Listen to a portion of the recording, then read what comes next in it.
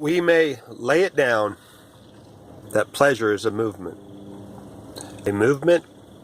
by which the soul as a whole is consciously brought into a normal state of being, and that pain is the opposite. If this is what pleasure is, it is clear that the pleasant is what tends to produce this condition, while that which tends to destroy it or to cause the soul to be brought into the opposite state is painful. It must therefore be pleasant as a rule to move towards a natural state of being, particularly when a natural process has achieved the complete recovery of that natural state.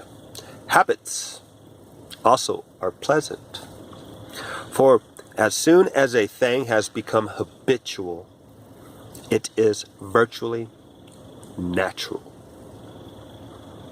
Habit is a thing not unlike nature. What happens often is akin to what happens always. Natural events happening always. Habitual events often. Again, that is pleasant, which is not forced on us.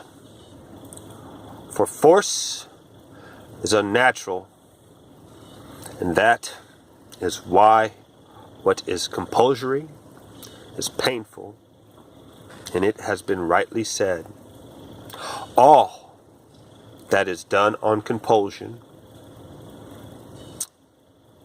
meaning all that has done on forced or constraint,